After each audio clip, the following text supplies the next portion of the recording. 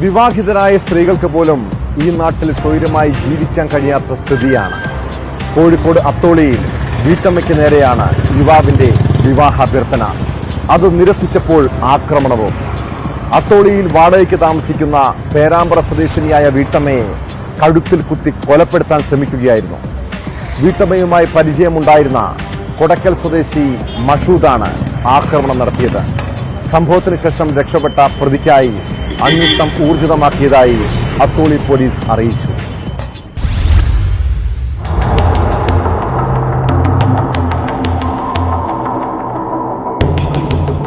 അത്താണിയിൽ പർദാ ഷോപ്പിൽ ജീവനക്കാരിയാണ് വീട്ടമ്മ. ഭർത്താവ് പ്രവാസിയാണ്. 13ഉം 7ഉം വയസ്സുള്ള 2 പെൺമക്കളും ഇവർക്കുണ്ട്.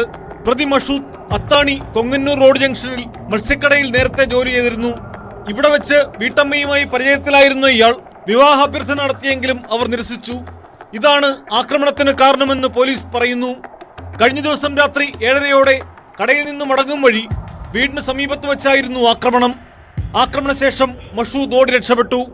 കഴുത്തിന് മുറിവേറ്റ യുവതിയെ MMC ആശുപത്രിയിൽ പ്രവേശിപ്പിച്ചു. മുറിവിന് 6 കുത്തിക്കെട്ടുണ്ട്. കഴുത്തിൽ ഷാൾ ഉണ്ടായിരുന്നതിനാലാണ് ആഴത്തിൽ മുറിവേൽക്കാതെ രക്ഷപ്പെട്ടത്. യുവതി അപകടനില തരണം ചെയ്തതായി ആശുപത്രി അധികൃതർ അറിയിച്ചു. യുവതിയുടെ പരാതിയിൽ മഷൂദിനെതിരെ വധശ്രമത്തിനാണ് പോലീസ് കേസെടുത്തിട്ടുള്ളത്. പ്രതിക്കായി അന്വേഷണം ഊർജിതമാക്കിയതായി അത്തോളി പോലീസ് അറിയിച്ചു.